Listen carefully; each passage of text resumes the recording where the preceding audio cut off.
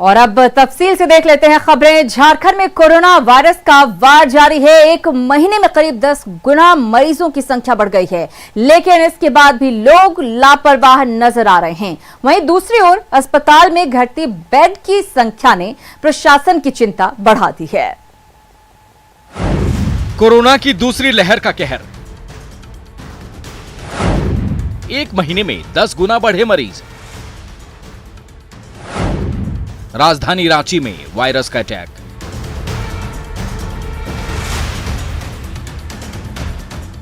झारखंड में कोरोना की दूसरी लहर बेकाबू नजर आ रही है।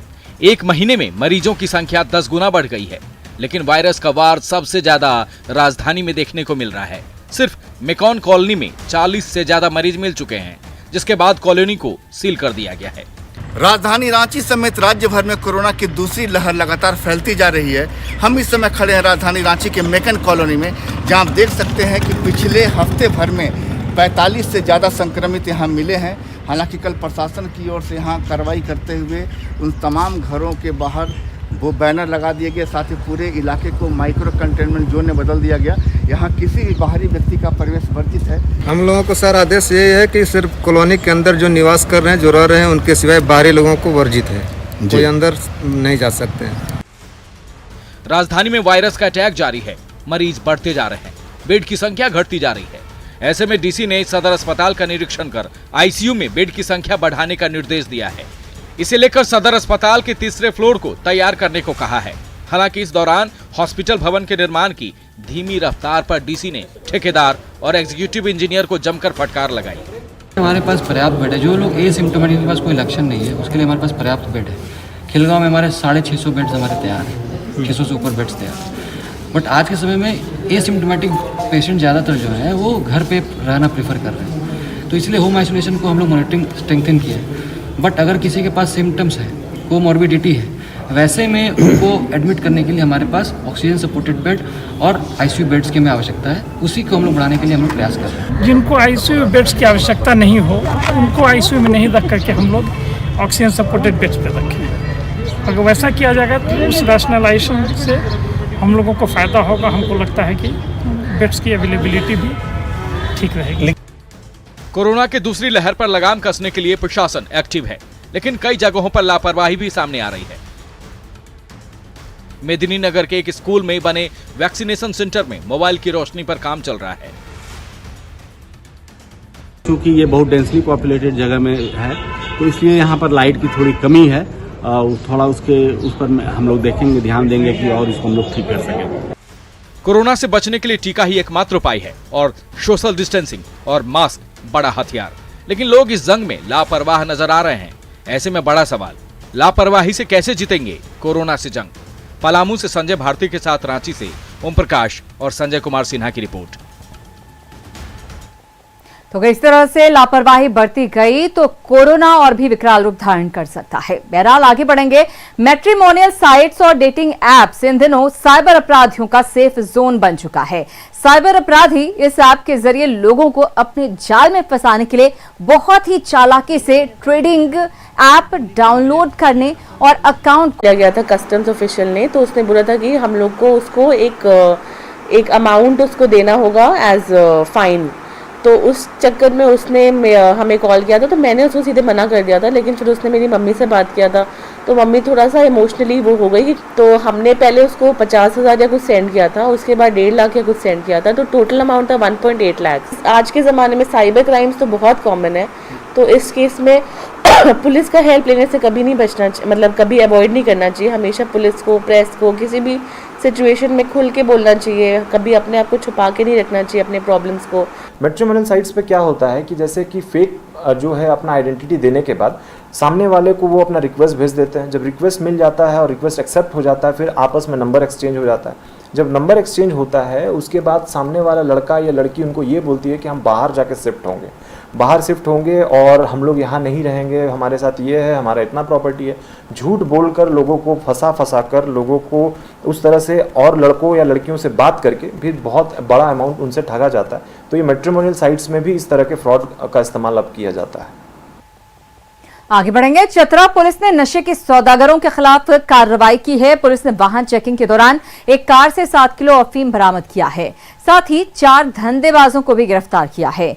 ये गिरोह चतरा से अफीम की खेप हरियाणा और पंजाब भेजते थे। सीट के डैशबोर्ड के पास जो डिक्की है उसमें जो है एक मटमैला रंग के थैला में 3 अफीम का क्या बोलेंगे उसको, थैला प्लास्टिक में रखा हुआ पाया गया तथा पीछे वाली सीट पर सीट के नीचे एक थैला में 2 प्लास्टिक में भरा हुआ अफीम पाया गया। झारखंड पुलिस के पास अपना कोई फिंगरप्रिंट डेटा मौजूद नहीं था। इस कमी को देखते हुए झारखंड सीआईडी अब प्रदेश का पहला फिंगरप्रिंट ब्यूरो खोलने वाली है, जहां न सिर्फ झारखंड के शातिरों का बल्कि देश भर के शातिर अपराधियों के फिंगरप्रिंट्स मौजूद रहेंगे। एक नफीस सॉफ्टवेयर यूज हो रहा है जिसमें पूरे इंडिया का उसमें डेटाबेस रहेगा फिंगरप्रिंट का। तो आपके किसी घटनास्थल से अगर आपने फिंगरप्रिंट लिफ्ट किया तो आप उस सॉफ्टवेयर से मैच कराकर जांच सकते हैं। अगर मिलाप हो गया तो ये क्लियर हो जाएगा कि किस एक्यूज्ड या सस्पेक्ट का है। तो उससे क्या होगा कि पूरा सिर्फ झारखंड को ही नहीं पूरी कंट्री को ही इससे लाभ होगा।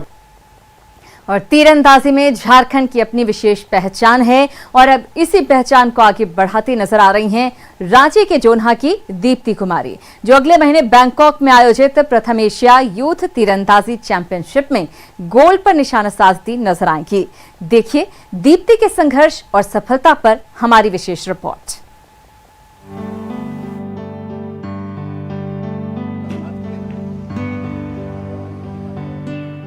झारखंड को न सिर्फ प्रकृति ने सजाया संवारा है बल्कि इन्हीं जंगल झाड़ में कई धनुर्धर पैदा हुए हैं। इन्हीं में से एक है दीप्ति कुमारी, जिसने न सिर्फ अपनी मेहनत और संघर्ष से भारतीय आर्चरी टीम में जगह बनाई बल्कि बैंकॉक में 2 मई से शुरू होने वाले प्रथम एशिया यूथ तीरंदाजी चैंपियनशिप में भारत के लिए गोल्ड पर निशाना भी साधेंगी। मेरे पास नेशनल मेडल है सर 38 और सर अभी हाल ही में 2 साल पहले सर मैं रिकप पकड़ी हूँ, सुबह सर दिए थे मुझे। और सर अभी 2 साल के अंदर मैं अभी इंडिया टीम में हूँ और अभी सर मैं इंडिया के लिए सर बैंकॉक जाऊंगी मेडल लेने के लिए। और मैं कोशिश करूंगी सर, अपनी तरफ से पूरी मेहनत करूंगी कि मैं अपने देश को गोल्ड मेडल दे सकूं सर। 19 साल की दीप्ति ने पहली बार 2014 में तीर धनुष पकड़ा था।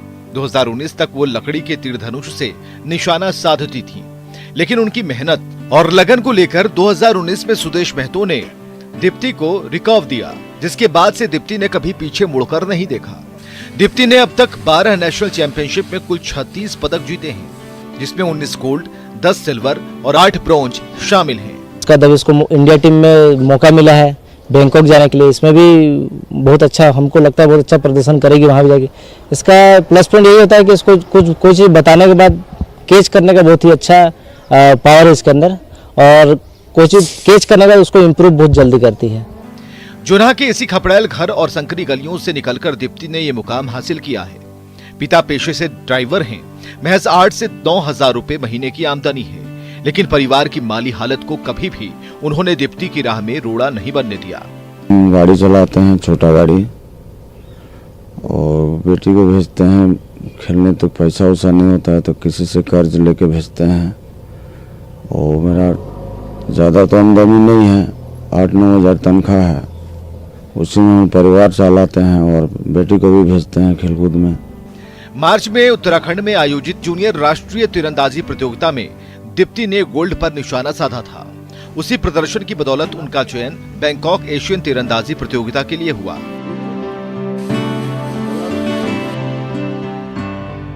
दीप्ति की मां को विश्वास है कि उनकी बेटी बैंकॉक में आयोजित रिकर्व स्पर्धा में 70 मीटर की दूरी से गोल्ड पर निशाना साधेंगी। बहुत अच्छा महसूस कर रहे हैं और यह आशीर्वाद दे रहे हैं कि हमारी बेटी और सोना जीत के लाए और इस गांव का, छोटा सा गांव का नाम रोशन करते हुए पूरा देश का नाम रोशन करे। आज जैसे जोन्हा को जान रहे, जोन्हा फूल के नाम से, किसी दिन जाने की यह दीप्ति का गांव है। प्रतिभा समृद्धि से नहीं बल्कि संघर्ष से निखरती है और रांची के जोन्हा के रहने वाली दीप्ति का संघर्ष इस कड़ी धूप में भी जारी है। दीप्ति ने पहली बार 2014 में तीर धनुष पकड़ा और महज 7 सालों के भीतर ही दीप्ति के तुनीर से वो बाल निकलने लगे हैं जो बैंकॉक में उसे स्वर्ण दिला सकें। कैमरामैन संजीव तिवारी के साथ संजय कुमार सिन्हा, न्यूज़ 18 रांची। और खेल से जुड़ी हुई बड़ी खबर आ रही है। झारखंड ओलंपिक संघ की बैठक खत्म हो चुकी है। जहां झारखंड ओलंपिक संघ की बैठक जो चल रही थी वो खत्म हो चुकी है। साल 2021 से 25 तक के लिए कमेटी का गठन कर दिया गया है। इस कमेटी में 2 महिला प्रतिनिधियों को शामिल किया गया, उन्हें जगह मिली है और पहला ये मौका है जब 2 महिला प्रतिनिधियों को इसमें जगह मिली है। शेखर बोस एसएम हाशमी कार्यकारी अध्यक्ष मनोनीत किए गए हैं। मधुमिता कुमारी को बेस्ट एथलीट वुमेन का अवार्ड दिया गया है, जबकि रामचंद्र सांगा को बेस्ट एथलीट मैन अवार्ड से नवाजा गया है। वहीं धीरज कुमार पहाड़ी को सर्वश्रेष्ठ खिलाड़ी बालक वर्ग का अवार्ड मिला है। तो झारखंड ओलंपिक संघ की बैठक खत्म हो चुकी है और उसके बाद ये तमाम बड़े ऐलान किए गए हैं। जोहार झारखंड में एक बार फिर से आप सभी का बहुत बहुत स्वागत है। अब आपको रांची के कैसे प्रकृति प्रेमी से मिलवाते हैं जिन्होंने पर्यावरण संतुलन के लिए अपने घर में यूजलेस सामानों का इस्तेमाल कर एक अनोखी बगिया बना डाली है। इस बगिया में करीब 100 से ज्यादा पौधे लगाए गए हैं।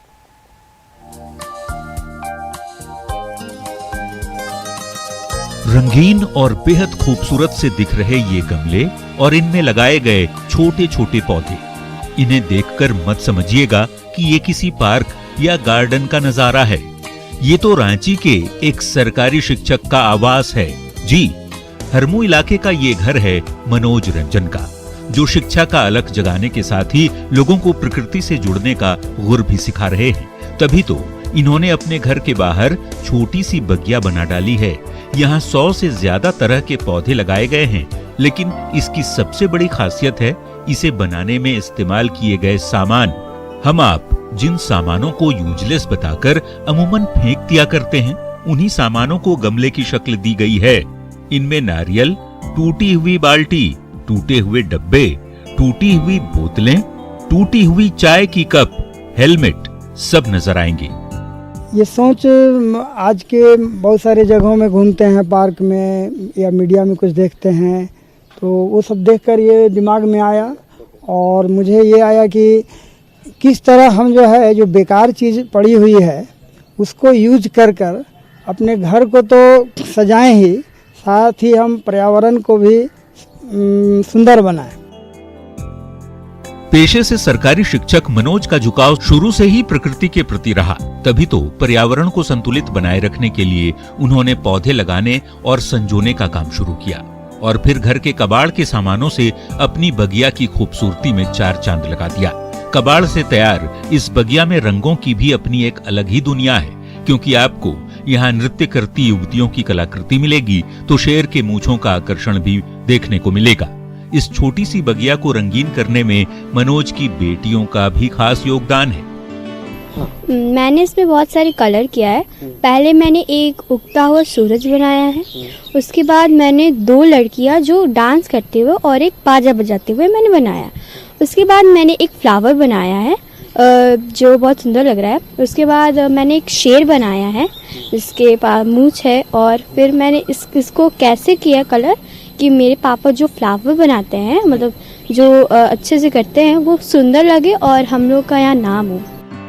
मनोज रंजन की बगिया भले ही छोटी है, पर यहाँ से गुजरने वाले राहगीर की आंखें इस पर टिक जाती हैं, क्योंकि ये बगिया है ही इतनी खूबसूरत।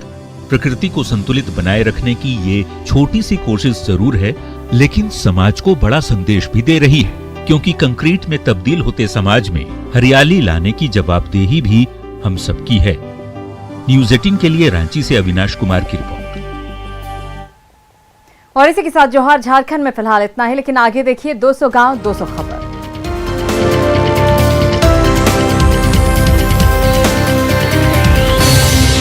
Headline presented by Aisen Gurukula.